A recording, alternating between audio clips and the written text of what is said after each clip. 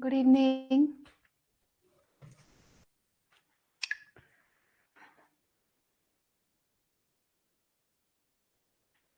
Good evening doctor Dinesh. Good evening Seema. Seema, audio video all okay है क्या? जल्दी से मुझे मैसेज करके बताओ। Good evening doctor Purushottam, Ladulal Jat, Ram Ram. Good evening doctor Harvinder.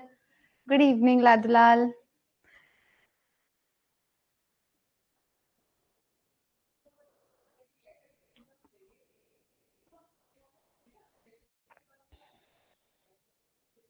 Good evening Dinesh Chaudhary. Audio video all okay है क्या? Good evening Monika. मोनिका, मुझे तो अभी तक याद नहीं आया, सही बताऊं तो।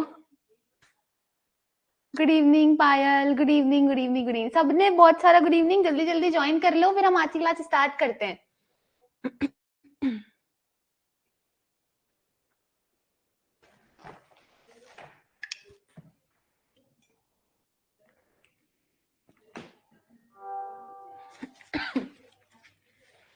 बिल्कुल बिल्कुल बिल्कुल ठीक है। गुड इवनिंग सभी को, जल्दी से ज्वाइन कर लो। हम लोग पढ़ रहे हैं शल्य तंत्र, है ना? आज हमारी शल्य तंत्र की सेकंड क्लास है। Good evening Priyanka, Himlata. चलो जल्दी जल्दी ज्वाइन कर लो। कितना टाइम लगेगा? अभी तक तो ज्वाइन कर लेना चाहिए था सभी को। चलो, जितने ज्वाइन कर रहे हैं इतने मुझे एक प्रश्न बता दो। प्रधानतम यंत्र है प्रधानतम यंत्र है कौन सा? प्रधानतम। Very good Isha, Bhanwarlal, very nice. याद करो, हस्तमेव प्रधानतम यंत्र।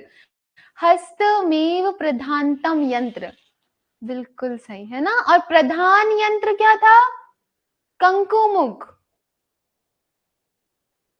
अच्छा, गूढ़ शल्य निर्हरणार्थ, छुपे छुपे हुए शल्यों को निकालने के लिए गूढ़ शल्य निर्हरणार्थ कौन से यंत्र का प्रयोग करते हैं?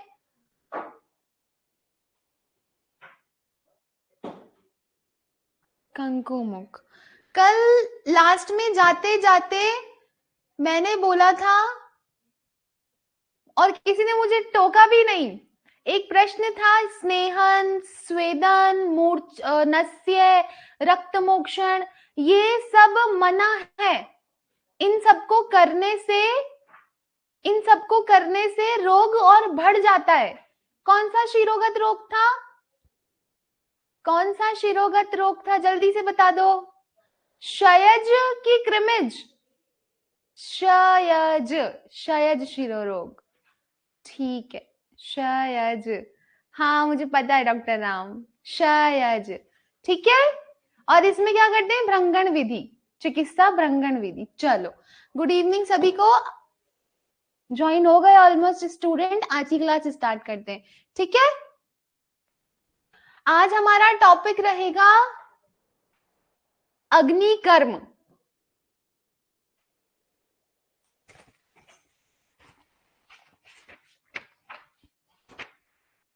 शल्य की गतियां कितनी होती हैं? शल्य की गतियां कितनी होती हैं? जल्दी से बता दो। शल्य की गतियां सुश्रुत के अनुसार ही है। अंजलि साखवाल, बिल्कुल, वेरी गुड। 5 शल्य। और अष्टांग संग्रह कितनी बोलते हैं? अष्टांग संग्रह बोलते हैं शल्य की गतियां। अष्टांग संग्रह 3। दिनेश चौधरी, बिल्कुल सही। चलो, अग्नि कर्म पढ़ रहे हैं हम next.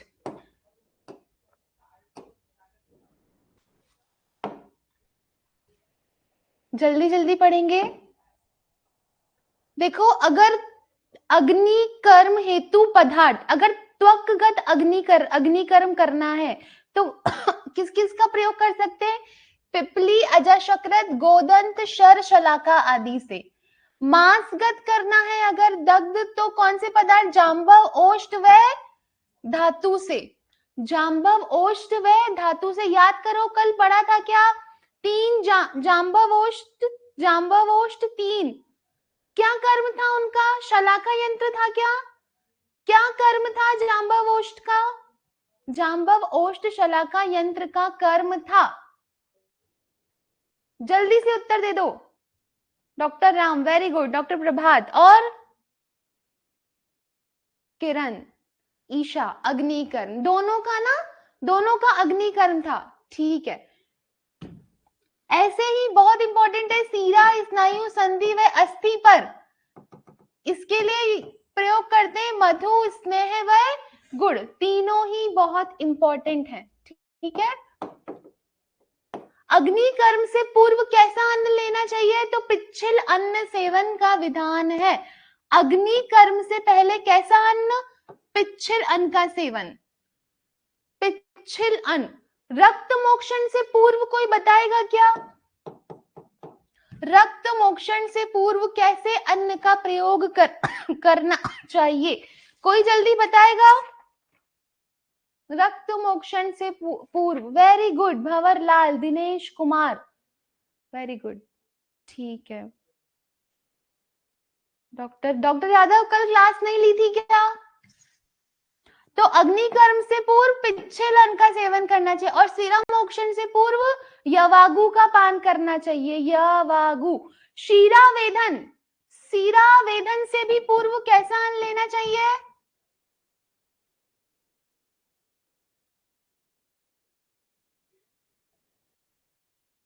Kamal Kishore, very good.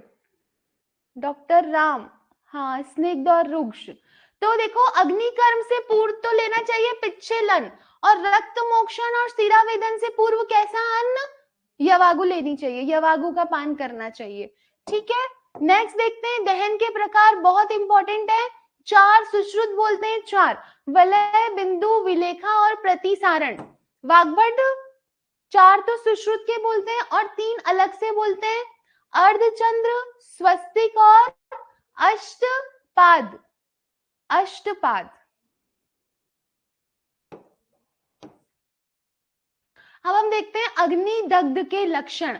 अगर त्वचागत दग्ध है, अगर त्वचागत अग्नि दग्ध है तो कैसे लक्षण आएंगे? शब्द प्रादुर्भाव व दुर्गंधता। मांसगत दग्ध में कपोत वर्ण का, वो जो दग्ध स्थल है वो कैसा होगा? कपोत वर्णी।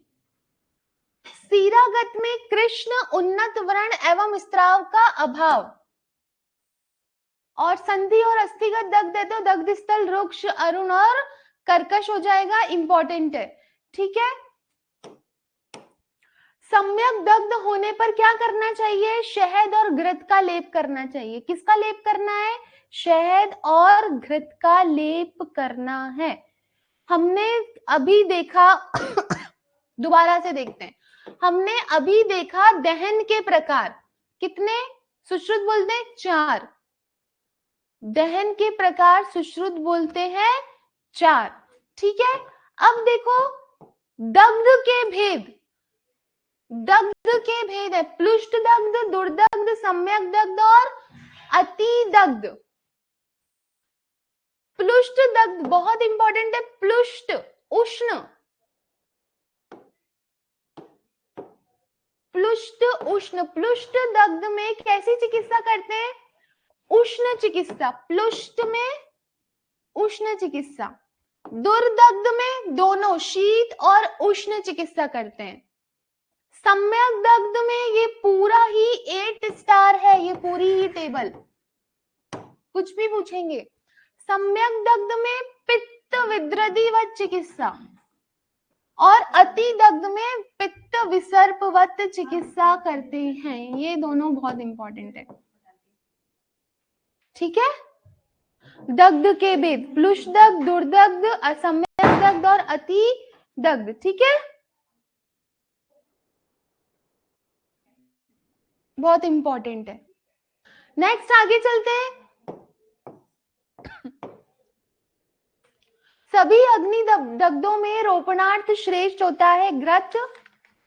धूमोपद, धूमोपद में क्या होता है? श्रवण व गंध शक्ति का नाश हो जाता है। आपसे पूछेंगे श्रवण व गंध शक्ति का नाश हो जाता है कब? धूमोपद से। इसकी चिकित्सा क्या रहेगी? वमन क्रम पूछेंगे तो क्रम में ही याद होनी चाहिए चिकित्सा। वमन, कवल, शिरोविरेचन और फिर अन्न सेवन। वी के सिंह, वी से वमन, के से कवल, शिरोविरेचन और अन्न सेवन। ठीक है,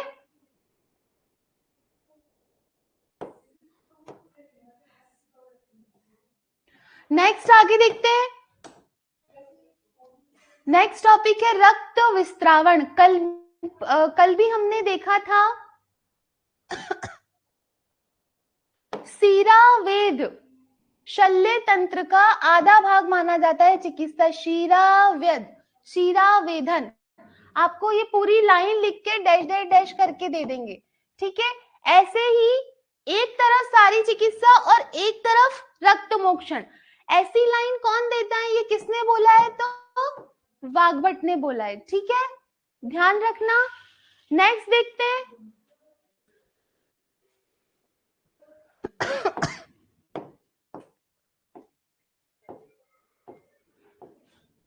रक्त विस्त्रावण के भेद। रक्त विस्त्रावण किस किस से कर सकते हैं, तो श्रृंग, जलोका और अलाबु से। श्रृंग का प्रयोग करते हैं वात दुष्टि में, जलोका का प्रयोग करते हैं पित्त दुष्टि में और अलाबु का प्रयोग करते हैं कफ दुष्टि में। श्रृंग, जलोका, अलाबु, वात, पित्त और कफ। ठीक है, नेक्स्ट आगे देखो। शस्त्र विस्त्रावण के दो विधियां हैं, प्रच्छान और सीरावेद। प्रच्छान और सीरावेद। ठीक है,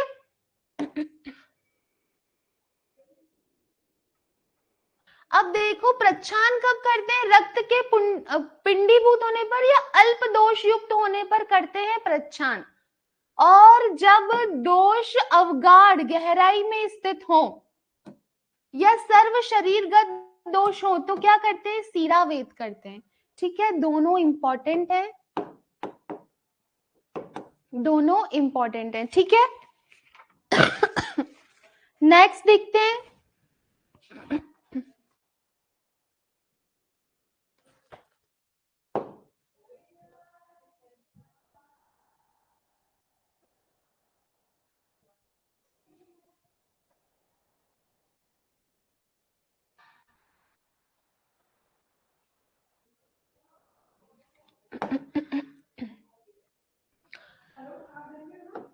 अगर, हाँ सीरावेद। नेक्स्ट आगे देखते हैं अवगाढ़ में शरीर व्यापी दोष हो। अवगाढ़ में अगर शरीर व्यापी दोष है गहराई में तो क्या करेंगे, सीरावेद। अगर उससे सुपरफिशियल है तो श्रृंग का प्रयोग, इस उससे सुपरफिशियल अलाबु, फिर जलोका और सबसे ऊपर है त्वचागत है तो क्या करेंगे, प्रच्छान। या अल्प दोष युक्त है तो क्या करेंगे, प्रच्छान कर्म करेंगे। ठीक है, नेक्स्ट आगे देखते हैं। देखो गंभीर धातुओं में दोष है, गंभीर धातुओं में दोष है तो जलोका का प्रयोग, पिंडीभूत दोष है तो प्रच्छान, सर्व शरीर में है तो सीरावेदन और त्वकगत दोष है तो श्रृंग और अलाबु का प्रयोग करेंगे। टेबल में मैच द फॉलोइंग में पूछ सकते हैं। आगे चलते हैं। देखो रक्त मोक्षण से पूर्व यवागुपान का विधान है। अग्निकर्म से पूर्व तो पिच्छल अन्न का सेवन और रक्त मोक्षण से पूर्व यवागुपान का विधान है। जलोका रक्त विस्त्रावण का सुकुमार विधि है, परम सुकुमार विधि है रक्त विस्त्रावण की, जलोका। कल हमने देखा था अनुशस्त्रों में श्रेष्ठ है जलोका और शस्त्र अनुशस्त्रेभ्यो परम कौन है श्रेष्ठ, क्षार।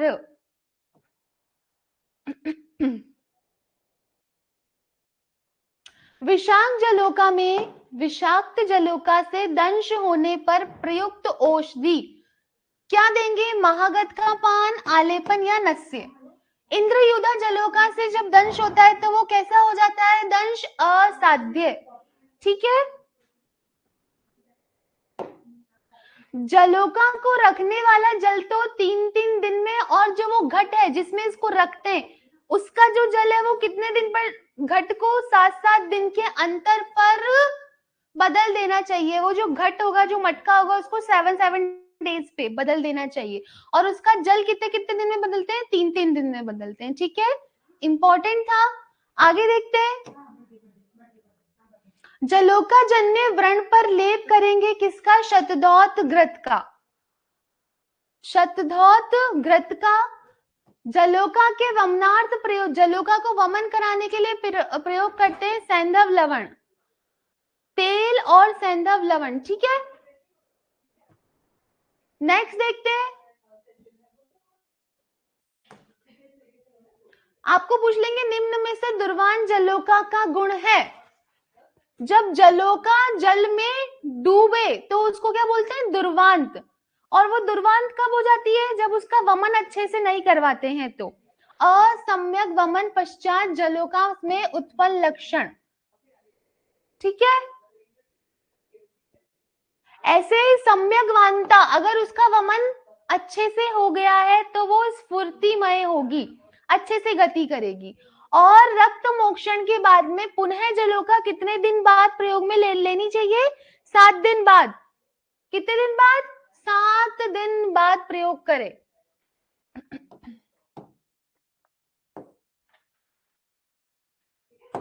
दुर्वांत जलोका को होने वाला रोग सुश्रुत बोलते हैं इंद्रमद। सुश्रुत उसका नाम देते हैं इंद्रमद, और वाग्भट उसका नाम देते हैं उस रोग को रक्तमता। इंपॉर्टेंट है दोनों ही, सुश्रुत का भी इंपॉर्टेंट है और वाग्भट का भी इंपॉर्टेंट है। अब ये चॉइस ऑफ द क्वेश्चन है जो हम हमेशा गलत करते हैं, जलोका के भेद। हमें ऐसा लगता है जलोका के भेद 2, नहीं, बिल्कुल गलत मत करना। जलोका के भेद होते हैं 12। कितने? 12 प्रकार की, जिसमें से 6 तो होती हैं सविष और 6 होती हैं निर्विष। देखो, अब 6 विष जलोका है, सविष जलोका 6, कृष्णा, कर्बूरा, अलगर्दा, इंद्रयुदा, सामुद्रिका और गो चंदना। आपको कोई भी नाम देंगे और पूछेंगे कि गो चंदना है सविष जलोका या निर्विष जलोका? सविष जलोका या निर्विष जलोका? ठीक है, तो सविष जलोका कृष्णा। अब जो कृष्णा जलोका है वो कैसी होती है? अंजन सदृश, कृष्णवर्णी और प्रथु सिर वाली। कर्बूरा वर्मी मत्स्य, आपको सिर्फ इतना सा नाम देके बोलेंगे कि निम्न में से कौन सी जलोका का गुण है? वर्मी मत्स्य सदृश। ठीक है, वर्मी मत्स्य सदृश कर्बूरा। अलगर्दा रोम युक्त, कृष्णमुखी और महापार्श्व वाली अलगर्दा जलोका होती है। नेक्स्ट देखते हैं, सामुद्रिका विचित्र पुष्पाकृति वाली, गो चंदना इंपॉर्टेंट है, गो वृषणवत, अधोभाग द्विविध आकृति और अणुमुखी। अणुमुखी, निम्न में से अणुमुखी जलोका है कौन सी? तो गोचंदनी। कृष्णवर्णी है कृष्णा, और महापार्श्व वाली अलगर्दा। ये 2-3 चीजें हैं जो इंपॉर्टेंट है। ठीक है, नेक्स्ट देखते हैं निर्विष जलोका। कितनी होती है? 6। निर्विष जलोका है 6। कपिला, पहली है कपिला, मनयशीला व मुद्गवर्णी। ऐसे ही देखो पिंगला, आशुगामी। एक सेकंड रुकना भाई,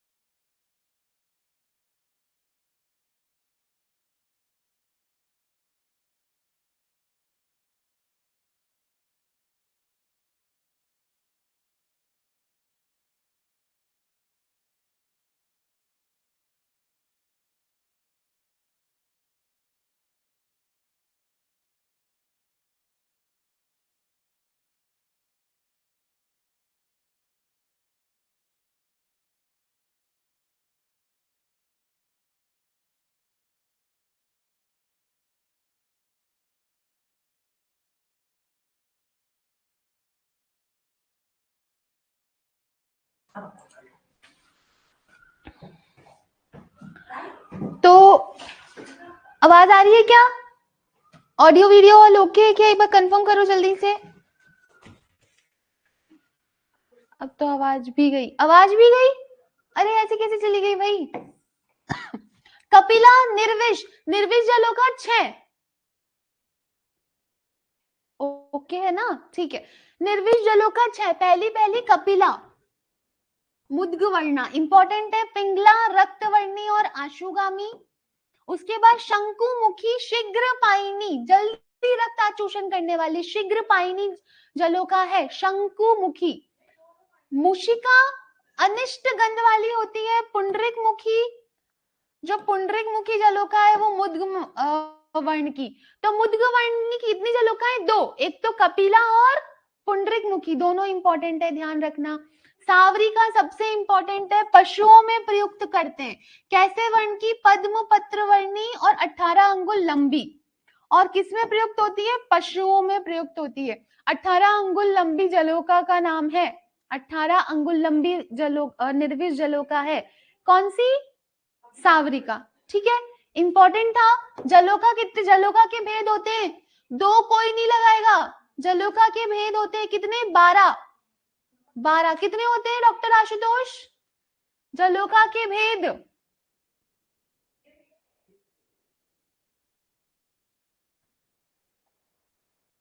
12, ध्यान रखना। ठीक है, चलो आगे देखते हैं। ये देखो, सीरा वेद काल है। सीरा वेद कब करना चाहिए? सीरा वेद करना चाहिए कब? व्यब्रे वर्षा ऋतु। व्यब्रे मतलब होता है जब बादल नहीं हो आकाश में। वर्षा ऋतु में जब बादल ना हो आकाश में तब करना चाहिए। ग्रीष्म ऋतु में ग्रीष्म मैम ग्रीष्म ऋतु में कब? जब मौसम थोड़ा ठंडा हो गया हो। ठीक है, और हेमंत ऋतु में मध्याह्न काल में करना चाहिए। ठीक है, इंपॉर्टेंट था। नेक्स्ट देखते हैं।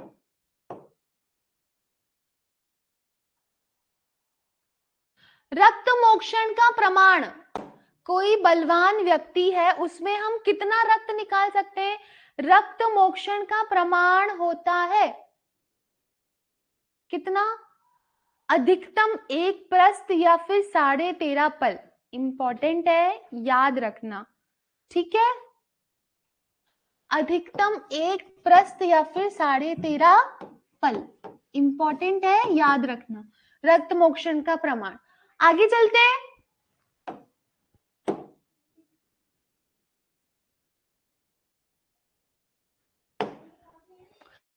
रोग अनुसार सीरा का वेद स्थल क्या क्या होगा? पादहर्ष, विसर्प, विचर्चिका, वातरक्त, वातकंटक। सीरा वेद स्थल है क्षिप्र मर्म से 2 अंगुल ऊपर। अब अगर आपको नहीं पता क्षिप्र मर्म कहाँ है तो सुश्रुत संहिता खोलो, शारीर स्थान खत्म होता है, लास्ट में वहां पे दे रखा है। तो देखो कि क्षिप्र मर्म कहाँ है। ठीक है, तो क्षिप्र मर्म से 2 अंगुल ऊपर करते हैं सीरा वेद। उसके बाद में क्रोष्टुक शीर्ष, खंजता व पंगुता, इनमें गुल्फ से 4 अंगुल ऊपर। जैसे हाथ में ये मणिबंध है ना, वैसे ही नीचे पैर में गुल्फ, गुल्फ से 4 अंगुल ऊपर क्या करते हैं? सीरा वेद करते हैं। कौन से रोगों में? क्रोष्टुक शीर्ष, खंजता और पंगुता में। ठीक है, ये दोनों इंपॉर्टेंट इंपॉर्टेंट है। अपची, अपची में सीरा वेद करते हैं इंद्रवस्ती से 2 अंगुल नीचे, और गृहदसी में जानु के ऊपर या 4 अंगुल नीचे। दोनों इंपॉर्टेंट है। ठीक है, बाकी सब स्किप करेंगे और फिर देखेंगे तृतीयक ज्वर में त्रिक संधि के मध्य में, त्र से तृतीयक, त्र से त्रिक संधि के मध्य में। चतुर्थक ज्वर में सीरा वेद स्थल रहेगा स्कंद के नीचे। कहां पे? स्कंद के नीचे। नेक्स्ट है अपस्मार। अपस्मार, अपस्मार में हनु संधि के बीच में जो रहने वाली सिरा है उसमें सिरावेद करते हैं, ठीक है। और उन्माद में केश, सीमंत, ललाट व शंख पर। एक प्रश्न बता दो यहीं से, आचार्य चरक उन्माद कितने प्रकार का बोलते हैं? टाइप्स ऑफ उन्माद चरक के अनुसार उन्माद के भेद हैं 4 या 5? उन्माद के भेद है 4 या 5? इंपॉर्टेंट है, ठीक है। चरक के अनुसार उन्माद कितने प्रकार का? 5 प्रकार का। उन्मादम पंचविधम, 5 प्रकार का। और सुश्रुत, सुश्रुत उन्माद के भेद कितने बोलते हैं? जल्दी से बता दो, सुश्रुत उन्माद के भेद कितने बोलते हैं? 4, ठीक है। अंजलि सांकवाल, डॉक्टर अंजलि सांकवाल, उन्माद सुश्रुत बोलते हैं 4 प्रकार का, गलत मत करना, इंपॉर्टेंट है। चलो, अवैध सिराएं होती हैं जिनका वेदन नहीं करना चाहिए। अवैध सिराएं होती है 98, 100 में 2 कम, 100 में 2 कम, 98 अवैध सिराएं, ठीक है। दुर्वेद सिरा, दुष्ट वेद के प्रकार या दुर्वेद सिरा है। दुर्वेद्य सिरा कितनी? 20। ये एक नाम इंपॉर्टेंट है, पूछेंगे धेनु का है तो दुर्वेद्य सिरा है धेनु का, दुर्वेद्य सिरा है धेनु का, ठीक है। दुर्वेद्य सिराएं कितनी होती हैं? 20। और अवैध सिराएं होती हैं कितनी? 98, 100 में 2 कम। सीरा वेद के पूर्व देय आहार है द्रव, अन्न और यवागु, ठीक है। नेक्स्ट देखते हैं, ये बहुत इंपॉर्टेंट है। ये बहुत इंपॉर्टेंट है, क्या है? रक्तस्राव रोकने के उपाय का क्रम। आपसे क्रम ही पूछेंगे कि क्रम से जमाओ इनको। तो रक्तस्राव रोकने के उपाय का क्रम, सबसे पहले स्कंदन, फिर संधान, फिर पाचन और फिर दाह, दहन करना। स्कंद जमना किससे जमाएंगे? हीम से, बर्फ से, थक्का जमा देंगे अगर रक्तस्राव बह रहा है तो, हीम। संधान किससे करेंगे? कषाय पदार्थ से, कषाय औषधियों से। ऐसे ही पाचन भस्म से, और दाह कर देंगे। अगर फिर भी नहीं रुक रहा है तो लास्ट में क्या हमारे पास में ऑप्शन बचेगा? दहन करना, जिससे सिराएं संकुचित हो जाएगी और रक्त का स्राव नहीं होगा। बहुत इंपॉर्टेंट है, बहुत इंपॉर्टेंट है, 8 स्टार है, ठीक है। इसको भी मैच द फॉलोइंग में पूछ सकते हैं आपसे, ठीक है। रक्तस्राव रोकने के उपयोग का क्रम। आगे चलते हैं, नेक्स्ट व्रणशोथ, व्रणशोथ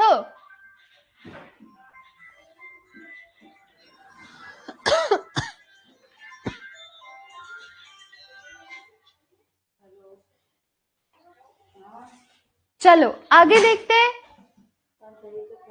व्रणशोथ की, व्रणशोथ नेक्स्ट हम पढ़ रहे हैं। व्रणशोथ के भेद कितने होते हैं? 6, वातज, पित्तज, कफज, सन्निपातज, रक्तज व आगुंतुज। व्रणशोथ के भेद है।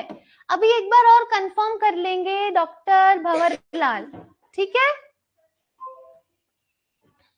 अभी एक बार और कंफर्म कर लेंगे। व्रणशोथ, व्रणशोथ के भेद होते हैं बस 6, इतना याद रखना, 6 होते हैं। और अवस्था अनुसार व्रणशोथ होता है कितने प्रकार का? 3 प्रकार का। व्रणशोथ 3 प्रकार का, आम शोफ, पश्चिमान शोफ और पक्व शोफ। आम शोफ है, देखो अगर किसी के फुंसी होती है तो वो सिर्फ आम है, अभी पक्की नहीं है वो, तो कैसे लक्षण दिखाई देते हैं? उष्णता कैसी होती है उसमें? गरम गरम लगता है क्या? थोड़ा सा अगर किसी को, देखो याद करो, किसी को पिंपल हो, जब स्टार्टिंग में एक ही दिन हुआ हो तो वो कैसा लगता है? उसमें ऊष्मा कैसी होती है? मंद, मंद ऊष्मता, त्वक सवर्णता और अल्प शोफता। शोफ भी कैसा होता है? अल्प होता है। पश्चिमान शोफ इंपॉर्टेंट है। सूची भी रीव निस्तुद्यते, सुई के चुभने की सी पीड़ा, चींटी सी चल रही हो ऐसा लगता है। और वृश्चिकवद पीड़ा, जब पक जाती है, पकने से पहले बीच में ना कच्ची हो ना पक्की हो। वृश्चिक विद्वत पीड़ा, आपसे पूछेंगे शोफ की कौन सी अवस्था का लक्षण है, तो पश्चिमान शोफ। ठीक है। स्थान आसन शयनेशु न शांति, बैठने पर और शयन लेटने पर कैसे कैसे भी शांति नहीं आती है। ठीक है, इंपॉर्टेंट है। पक्व शोफ में क्या होता है? वेदना, उपशांति, पांडुता, वली, प्रादुर्भाव। रिंकल आ जाता है ना जब सूखने लगती है त्वचा शोफ पे, जब सूखने लगती है तो क्या होता है? वली प्रादुर्भाव होता है, वेदना की भी धीरे धीरे शांति होने लग जाती है, पांडुता आ जाती है। चलो नेक्स्ट देखते हैं। तो हमने देखा शोफ की अवस्थाएं तो 3 है और भेद कितने हैं? भेद है 6। आगे चलते हैं।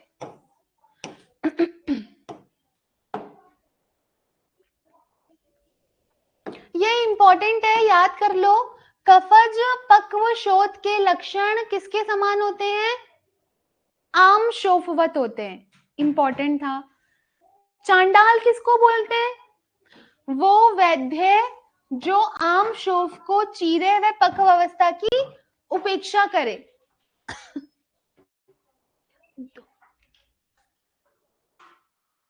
ठीक है।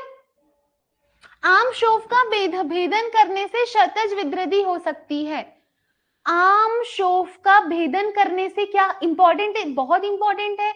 अगर आम शोफ है, शोफ पका नहीं है, आम कच्चा है, और अगर भेदन कर दिया तो क्षतज विद्रधि। और अगर पक्व शोफ का भेदन नहीं किया तो क्या हो सकता है? नाड़ी व्रण में परिवर्तित हो सकता है। वो किसमें? नाड़ी व्रण में। ठीक है।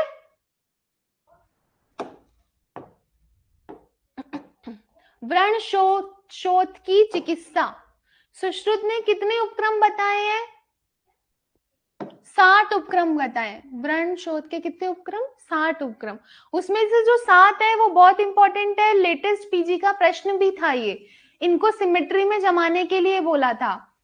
तो पहला है विमलापन, दूसरा है अवसेचन, तृतीय 3 ऐसे लिखते हैं ना, और उपनाह भी ऐसे उ, तो तृतीय उपनाह, चतुर्थ फोर्थ पाटन, पंचम शोधन, पंचम शोधन, छठे नंबर का है रोपण। 6 कैसे लिखते हैं? ऐसे लिखते हैं क्या? 6 याद करो, 6 ऐसे ही तो लिखते हैं। 4 5 जो संख्या होती है इसमें 6 ऐसे लिखते हैं। तो ये ऐसे करके रो बना देंगे, रोपण, छठा रोपण। और 7वां क्या हो गया? वक्रतापहम। ये क्या हो गए? 7 उपक्रम हो गए जो इंपॉर्टेंट है व्रण शोथ की चिकित्सा के। 6। ओके ठीक है, चलो आगे चलते हैं। नेक्स्ट देखते हैं, इंपॉर्टेंट था। वल्ली पंचमूल व कंटक पंचमूल तीनों प्रकार के शोथ को नष्ट करते हैं। कौन से पंचमूल? वल्ली पंचमूल और कंटक पंचमूल। शोथ के उपद्रव, आपको एक सिंगल नाम दे देंगे और पूछेंगे निम्न में से शोथ का उपद्रव है। शोथ के उपद्रव पहले तो होती है संख्या 7, बहुत इंपॉर्टेंट है। छर्दी, श्वास, अरुचि, तृष्णा, ज्वर, अतिसार एव च सप्तको अयम स दौर्बल्यम शोथो उपद्रव संग्रह। शोथ के उपद्रव कितने? 6 इंपॉर्टेंट है, 7।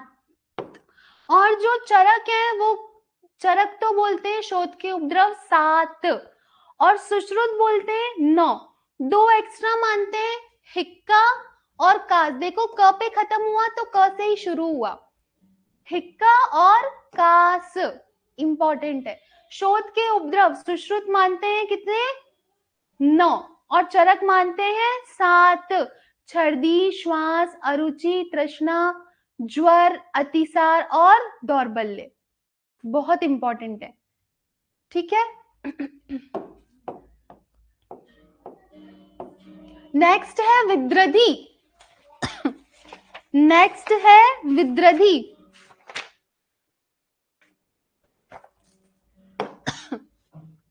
आपको इतनी सी लाइन देंगे, महामूलम रुजावंतम, ये लाइन आई है। महामूलम जिसका मूल बड़ा हो, रुजावानो कौन, विद्रधि। महामूलम रुजावंतम है विद्रधि, ठीक है। हाँ तभी होगा, बिल्कुल सही। छर्दी, श्वास, अरुचि, तृष्णा, ज्वरो, अतिसार एव च सबको अयम स दौर्बल्यम शोथो उपद्रव संग्रह 7 बोलते हैं। सुश्रुत कितने बोलते हैं, 9, 2 एक्स्ट्रा। हिक्का, क पे खत्म हुआ तो क से कांस, ठीक है।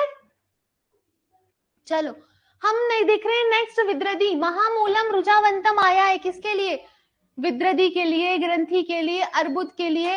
तो किसके लिए आया है, विद्रधि के लिए, ठीक है। महामूलम रुजावंतम विद्रधि के लिए। एक सेकेंड होल्ड करना।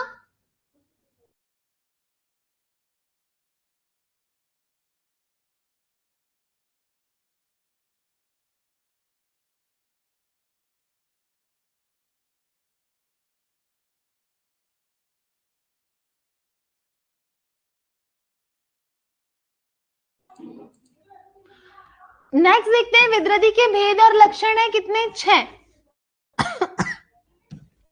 पहला है वातिक विद्रधि। चित्रुत्थान प्रपाकश्च, इंपॉर्टेंट है लाइन। देखो वात के लिए आता है चित्रोत्थान प्रपाकश, पित्त के लिए आता है क्षिप्र उत्थान, जल्दी से होता है और जल्दी से पक जाता है, क्षिप्र उत्थान प्रपाकश। और कफ के लिए आता है चिरोत्थान। यहाँ याद रखना चित्रोत्थान है, यहाँ चिरोत्थान है। और पित्त के लिए, पित्तज विद्रधि के लिए आया है क्षिप्रोत्थान प्रपाकश्च, ठीक है। सन्निपातिक विद्रधि के लिए घाटालो, विषमो, महान और आगंतुज और रक्तजाब देख लेंगे। एक प्रश्न बताओ जल्दी से, एक प्रश्न बताओ, पूछती हूं।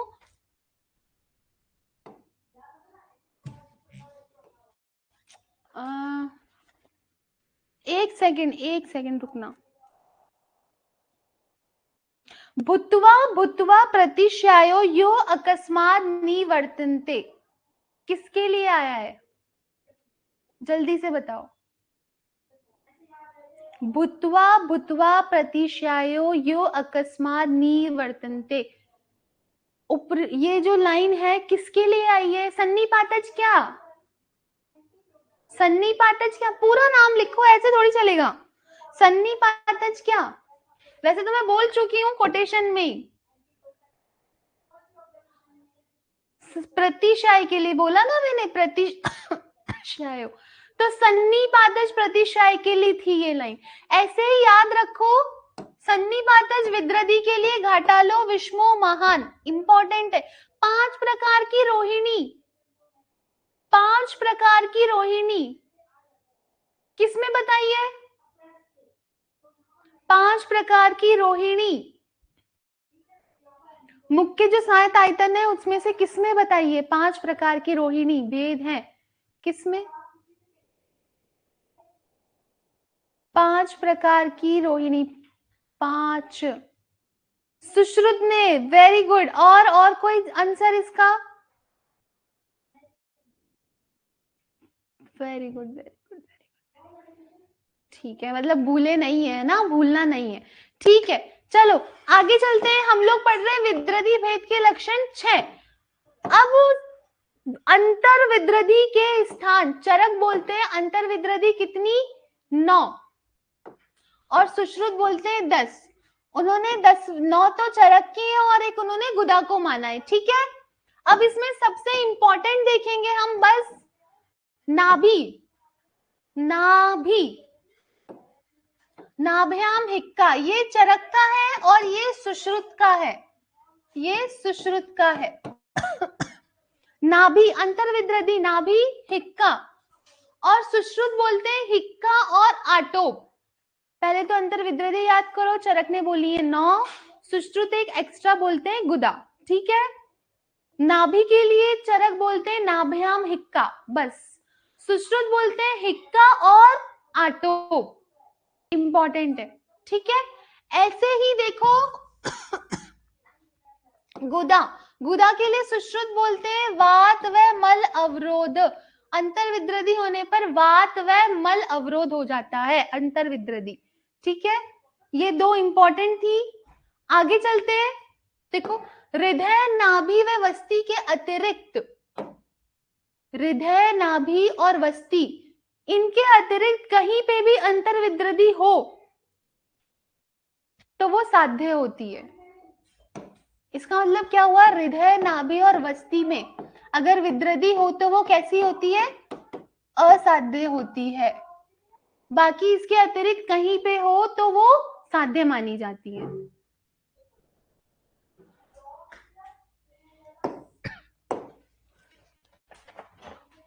नेक्स्ट देखते हैं,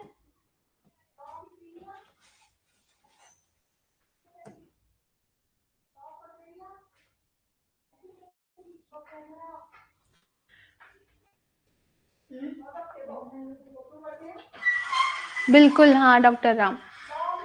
नेक्स्ट देखते हैं, प्रसव पश्चात अशुद्ध रक्त गर्भाशय में, अगर गर्भाशय के पश्चात अशुद्ध रक्त बच जाता है तो उससे कौन सा रोग हो सकता है, मक्कल रोग। मक्कल संज्ञक रक्त विद्रदी उत्पन्न होती है। और अगर ये मक्कल शूल जो है, मक्कल जो रोग है, अगर इसको 7 दिन में ठीक नहीं किया तो ये क्या होता है, पक जाता है। मक्कल संज्ञक विद्रदी का पाक काल कितने दिन बाद में, 7 दिन बाद में पक जाएगा अगर ठीक नहीं किया तो।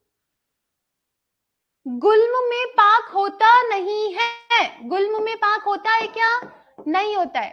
और विद्रदी में पाक होता है, बस इतना ही देखेंगे, ज्यादा डीप डाउन नहीं जाएंगे, ठीक है। इंपॉर्टेंट था। नेक्स्ट देखते हैं,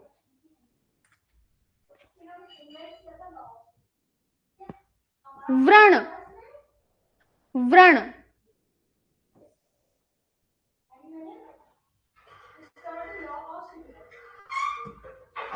सुश्रुत ने व्रण के मूल माने 6, अधिष्ठान माने हैं 8, लक्षण है 5, उपक्रम अभी हमने देखे थे 60, कितने 60, ठीक है 60। आगे चलते हैं,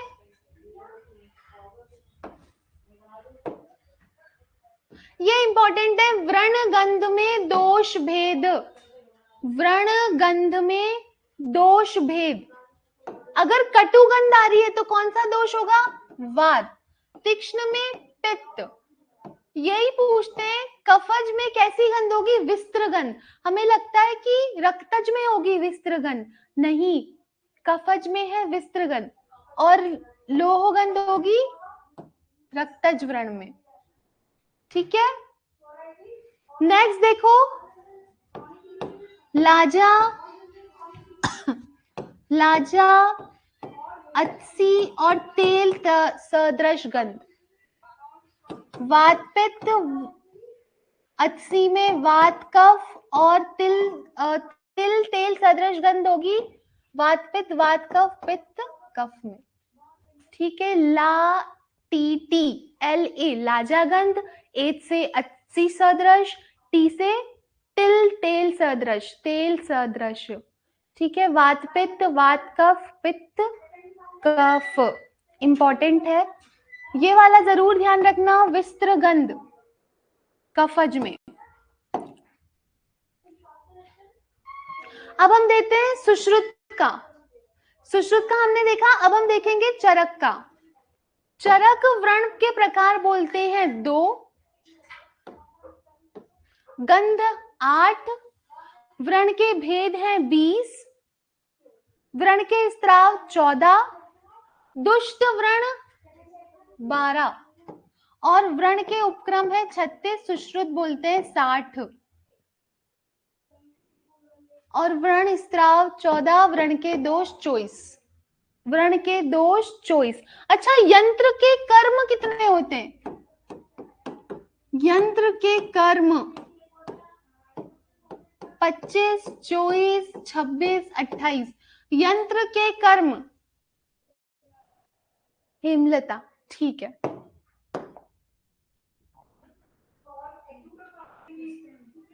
व्रण के अधिष्ठान कितने अभी देखे थे ना? 8। त्वक, मांस, सीरा, स्नायु, अस्थि, संधि, कोष्ठ, मर्म। संधि ये तो बोलते हैं सुश्रुत, और चरक संधि के स्थान पर क्या बोलते हैं?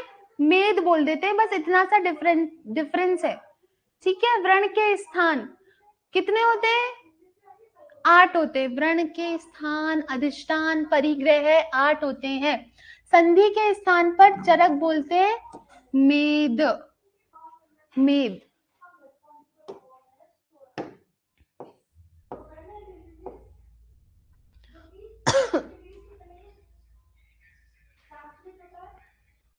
स्थान अनुसार व्रण का स्त्राव, स्थान के अनुसार व्रण का कैसा स्त्राव होता है, उस व्रण में से स्थान के अनुसार कैसा कैसा स्त्राव निकलता है। अगर त्वचागत व्रण है तो स्त्राव निकलेगा जल सदृश पीतवर्णी। हम देखेंगे मांस का, बहुत इंपॉर्टेंट है। मांसगत अगर व्रण है तो स्त्राव होगा घृत सदृश और श्वेत वर्णी। घृत सदृश और श्वेत वर्णी स्त्राव। ऐसे ही सिरा, अगर सिरा में व्रण है तो स्त्राव कैसा होगा? ओस सदृश स्त्राव, बहुत इंपॉर्टेंट है, ओस सदृश स्त्राव होगा। स्नायु में सिंघाणक सदृश, अस्थि में शुक्ति धोत सदृश, इंपॉर्टेंट है। और संधि में है अगर व्रण तो आकुंचन पर चाशनी सदृश स्त्राव निकलेगा, आकुंचन करने पर।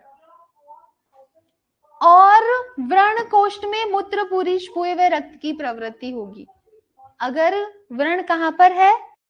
कोष्ठ में है तो ठीक है। स्त्राव पढ़े हमने, इंपॉर्टेंट है, ठीक है।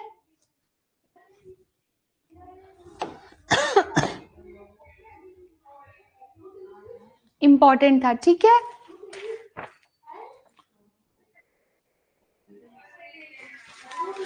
अभिषंद, सुश्रुत ने निम्न कौन सा अभिषंद नहीं माना है? सुश्रुत ने कौन सा अभिषंद नहीं माना है? सुश्रुत ने कौन सा अभिषंद नहीं माना है?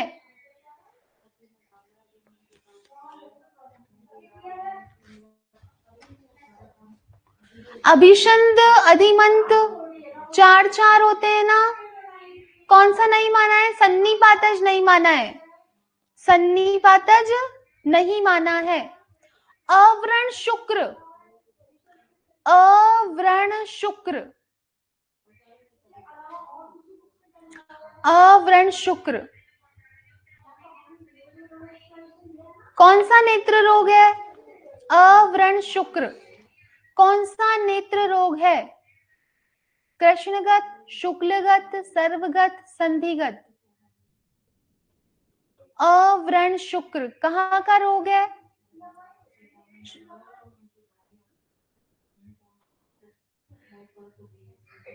अव्रण शुक्र, सव्रण शुक्र, अजका जात।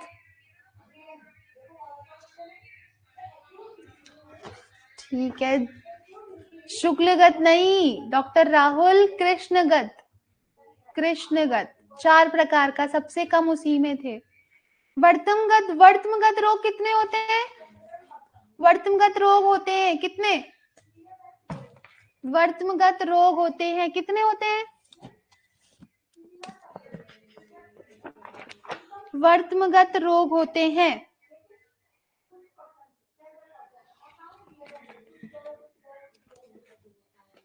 21। मुझे बताओ शिशिर अभिनंदा, शिशिर अभिनंदा कौन से अभिसंध का लक्षण है? वातज, पित्तज, कफज, रक्तज। शिशिर अभिनंदा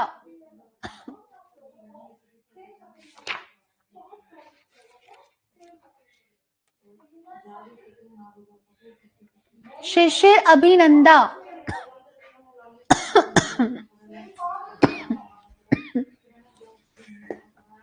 पित्तज। बिडालक किसका भेद है? बिडालक किसका भेद है? स्नेह कल्प, नेत्र कल्प, धारा कल्प। बिडालक किसका भेद है?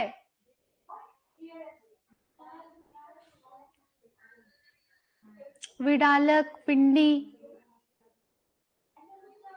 भंवरलाल। ठीक है,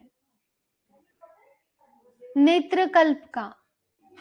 शिशिर अभिनंदा, ये कुछ बच्चे जो हैं ये वातज दे रहे हैं। अरे भाई, वातज अभिशन में तो शिशिर अश्रु निकल रहे थे, शिशिर अश्रु था।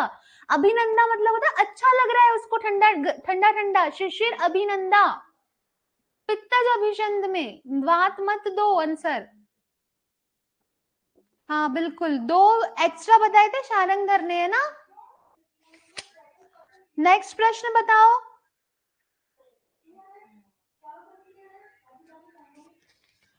निम्न में से कौन सा नेत्र रोग है? निम्न में से कौन सा नेत्र रोग है? सीरा प्रहर्ष, विदारिका, अरुंशिका या सीरा व्यध?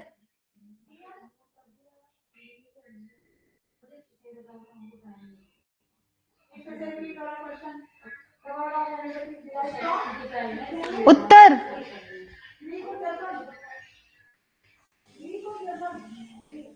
प्रश्न अच्छे से सुनना भाई।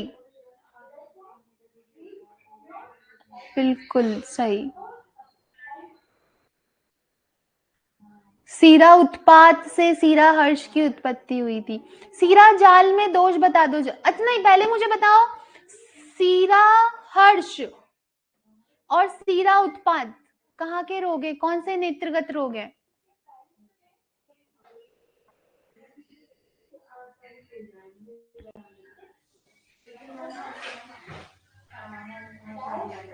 Very good, very good, very good, very good, very good.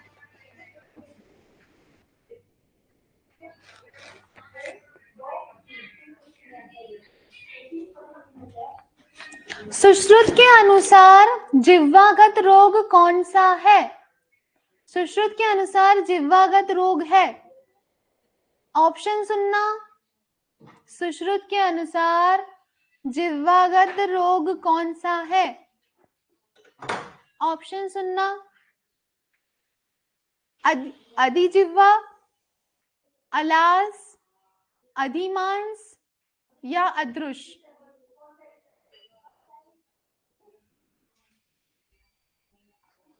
Doctor Ram, बहुत गलत बात है।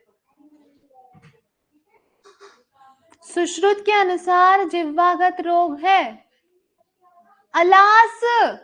अधिजिह्वा कैसे दे सकते हो उत्तर? अधिजिह्वा तो सुश्रुत ने कंठगत रोग बोला था ना। अलास। नेक्स्ट क्वेश्चन बताओ।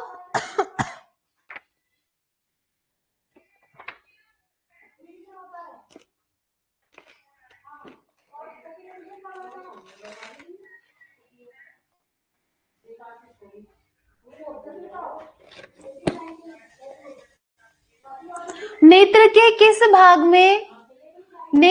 किस भाग में पूयालस, उपनाह, स्त्राव, पर्वणी, अलजी और कृमि ग्रंथि पाई जाती है? नेत्र के किस भाग में पूयालस, उपनाह, स्त्राव, पर्वणी, अलजी, कृमि ग्रंथि होती है? वर्त्मगत, संधिगत, कृष्ण पटल में या शुक्ल पटल में?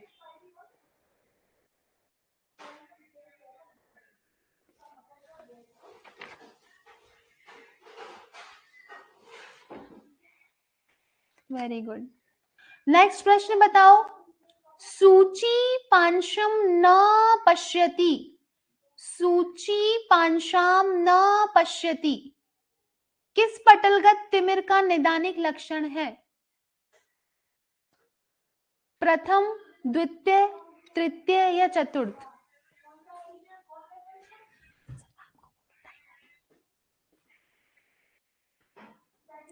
सूची पाशाम न पश्यति। कौन सा प्रथम, कौन सा पटलगत रोग? प्रथम, द्वितीय, तृतीय या चतुर्थ? Very good, very good, very good, very good. ठीक है,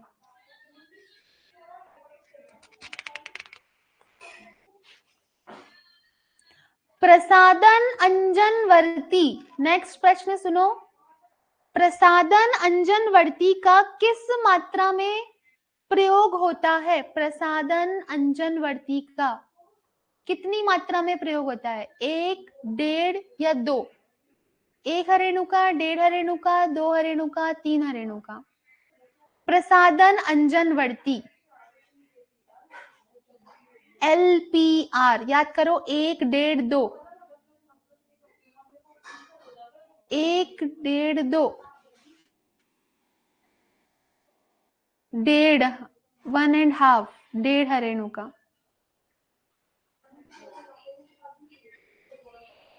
डेढ़ हरेणु का। नेक्स्ट प्रश्न बताओ।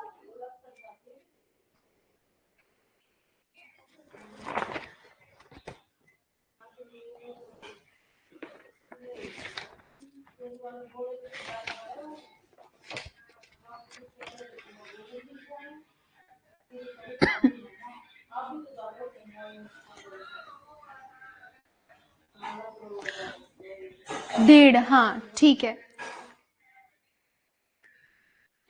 पुरुषों में अर्शो यंत्र का प्रमाण होता है। पुरुषों में अर्शो यंत्र का प्रमाण होता है कितना? पुरुषों में अर्शो यंत्र का प्रमाण होता है कितना लंबा, कितना गोल? 4, 5। 4, 4 नहीं, 4 और 5। स्त्रियों में 6 था और पानी तल। ठीक है। नेक्स्ट प्रश्न बताओ।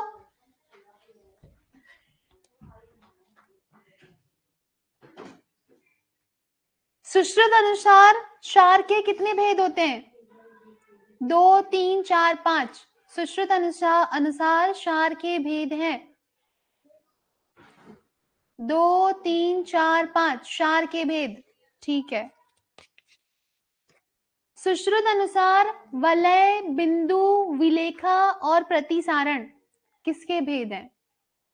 वलय, बिंदु, विलेखा, प्रतिसारण किसके भेद हैं? अग्निकर्म, क्षार कर्म, शस्त्र कर्म या रक्त मोक्षण?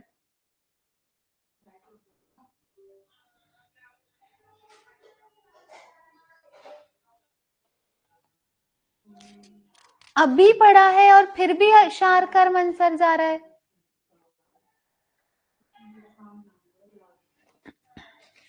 ठीक है।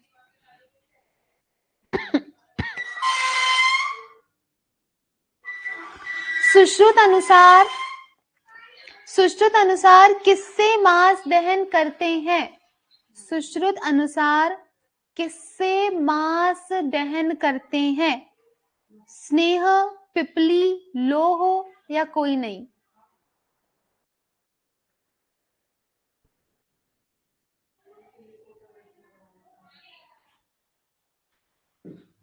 Very good doctor Ram.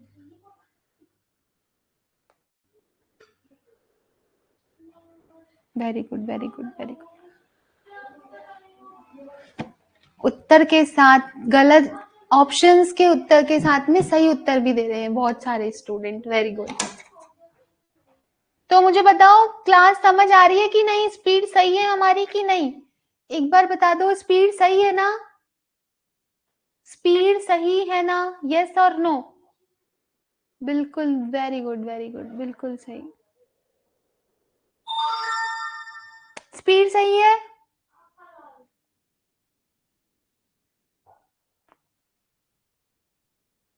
ठीक है।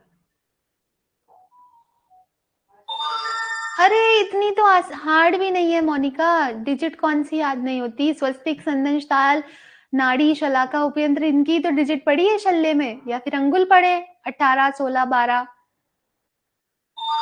डिजिट क्यों नहीं याद होती? सही चल रहा है ना? चंदन, शहनाज, इतने टाइम बाद आयुर्वेद पढ़ रहे हैं, स्पीड तो ज्यादा ही लग रही है। नहीं नहीं, स्पीड इतनी ठीक है, हम स्पीड थोड़ी सी और बढ़ा लेंगे और लास्ट के जो 5 मिनट बचेंगे उसमें प्रश्न उत्तर पूछेंगे, ठीक है? क्योंकि पढ़ने के साथ में प्रश्न उत्तर करना भी जरूरी है। आप लोगों ने कहा था कि थ्योरी से कंटिन्यू कराओ, सफलता सूत्र से नहीं, तो हम यहाँ थ्योरी पढ़ा रहे। तो देखो भाई, या तो अब देखो, या तो क्योंकि टाइम भी नहीं है ना इतना, या तो क्वेश्चन आंसर ही हो पाएंगे या थ्योरी हो पाएगी। तो अब ये आप लोगों का मूल कर्तव्य है, जिसके पास सफलता सूत्र है खोलो और उसके प्रश्न उत्तर करो, ठीक है? हम यहाँ सिर्फ 2 से 5 मिनट ही प्रश्न पूछ पाएंगे, इससे ज्यादा समय नहीं दे पाएंगे प्रश्न उत्तरों को, ठीक है? अच्छा, हाँ, और 80 पेजेस अच्छे से करो भाई।